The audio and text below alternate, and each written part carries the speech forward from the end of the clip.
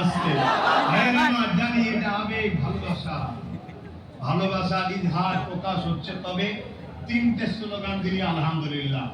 আল্লাহ দেবেন, হুজুরের দেবেন, আর যার ওসিলায় আমরা পূর্ব ভারতের মানুষ আল্লাহ রসুল পেয়েছি, জমানার মুজাদ্দেদ থেকে ছেড়ে দেব। কেন এটা এহসান ফারামোস হবে, আমায় ছেড়ে দাও, বাদ দাও না। আরে কত আব্বাস আসবে, কত আব্বাস যাবে, জলসা কমিটিওয়ালা কতজনকে নিয়ে আসবে, কতজন আসবে। এখন তোমাদেরও আল্লাহ করে পয়সা হয়ে গেছে, টাকা ফেললেই হুজুর পায়, টাকা ফেললেই বক্তা পায়। কি আসে না? নাই ওয়াম্মা বিনিমাতি রাব্বিকা ফাহাদিস। তুমি ট্রাই করে দেখো খুনি আব্বাস সিদ্দিকী টাকা ফেলে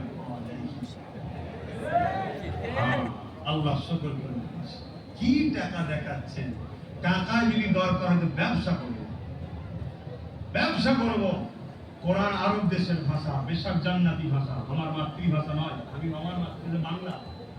সেই ভাষা যদি আয়ত্ত করতে পারি, হাদিস আরবিতে আয়ত্ত যদি করতে পারি, তাহলে আলেম ওলামা হাফেজদের ব্রেনকে কমজোর মনে করো না। বিজনেস করলে এমনও বিজনেস আছে দেশে অনেকে ইনকাম করছে, ডেইলি 2-10 কোটি টাকা ইনকাম করছে ডেইলি। সারা জীবনে পাবো কত টাকা আল্লাহ জানে। ডেইলি বিজনেস করবো, টাকাই যদি দরকার হয় না। হুজুরের গোলামির মতো, হুজুরের প্রচার, হুজুরের উম্মতের কাছে এর থেকে বড় সম্মান ও মজা কি আছে? দেখো না কত নেতা আসে চলে যায়, কত নেতা আসে চলে যায়, 5 বছর পর অন্য নেতা হয়, আর 10 বছর পর অন্য নেতা হয়। কিন্তু আলেম যারা হুজুরের গোলাম হয়, যত পুরাতন হয় তত তারা মানুষের কাছে প্রিয় হয়। জোরে বলুন দেখো গরিবে নওয়াজ 800 বছর পুরাতন হয়ে গেছে, আমার থেকে অনেক প্রিয় পৃথিবীর মানুষের কাছে। জোরে বলুন সুবহানাল্লাহ। সুলতান কি বলে হযরতে মুজাদ্দিদ আকবেসানি আজ থেকে প্রায় 700 বছর 800 বছর কম বেশি আগে আমার থেকে অনেক পুরাতন, আরো দামি বেশি। জোরে বলুন সুবহানাল্লাহ। দেখুন দাদা হুজুর পীর কেবলা কিছু কম বেশি 85 বছর হয়ে গেল, দুনিয়া থেকে চলে গেছে, আমার থেকে অনেক দামি বেশি। হুজুরের গোলাম পুরাতন হলে দাম বাড়ে। পৃথিবীতে এই একটা সম্পদ হুজুরের গোলাম, এর চামড়া যত ঢিলে হবে তত দাম বাড়বে। বাকি সব জায়গায় ঢিলে চামড়া হলে নেতাও ভালো লাগে না, আর হিরো। হুজুরের গোলাম যত পুরাতন হয় তত দাম বাড়ে। জোরে বলুন হালকা বয়স বলে কদম মুসি করেনি, কত বুঝে আসছে, পাগড়ি ধরেনি। যখনই মুরব্বী হয়ে যায়, যে দেখবেন পায়ে হাত দিয়ে কদম মুসি করছে, হুজুর আমার জন্য একটু পাগড়ি দেন না, ধরে বায়াত করেন, হুজুর দোয়া করবে। কেন? হুজুরের গোলাম হয়েছে, মুরব্বী হয়েছে। হুজুরের গোলাম হও, হুজুরের গোলাম হও। ইচ্ছা না থাকলেও ওই পিছনে গুজুর গুজুর করবে, সামনে যেই হুজুরের গোলামকে দেখবে, দেশের যত বড় মাথা হোক। এর একটা ছোট্ট নমুনা বলে যাব।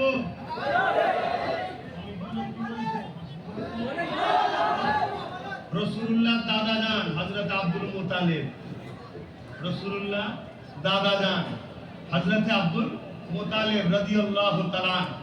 কেন বললাম? তিনি দ্বীনে ইব্রাহিম মানতেন, বেশক তিনি জান্নাতি। জোরে বলুন সুবহানাল্লাহ। নবী নবুয়তের ঘোষণা যেদিন দিয়েছে, সেই দিন থেকে যারা নবীজি মেনে নেয়নি, সেদিন থেকে তারা বেঈমান হয়ে গেল। তার আগে বললাম যে ঈসা নবীকে যারা মেনেছে, মুসা নবীকে মেনেছে, সব জান্নাতি। জোরে বলুন সুবহানাল্লাহ। কথা মাথায় ঢুকলো? হ্যাঁ। ডিউটিতে যেদিন হুজুর জয়েন্ট হয়েছে, আনা মুহাম্মদ রাসূলুল্লাহ, সেদিন থেকে যারা বলেছে মানবো না, তাদের জন্য ফতোয়া বেঈমান হয়ে গেছে। হুজুরের দাদা, হুজুরের আব্বা আম্মা এ সব দ্বীনে ইব্রাহিমে ছিলেন, তারা সব রাদিয়াল্লাহু তাআলা তারা জান্নাতি। জোরে বলুন সুবহানাল্লাহ। যদি কারো আকীদা বদ থেকে চেঞ্জ করে নেন, শিক্ষার অভাব থেকে শিখে নেন, আর যদি কপাল ফাটা হন তো জাহান্নামে যান, কি করতে পারি?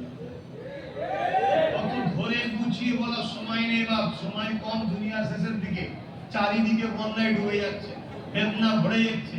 কথা বুঝে আসছে? বাইরে থেকে বেটি বেরোলে ঘরে ফিরবে, কোনো নিরাপদ নেই। পৃথিবীতে চুরি, ডাকাতি, জেনা, ব্যভিচারী, খুন, ধর্ষণ ভরে যাচ্ছে। যত বড় নেতা তত বড় চোর।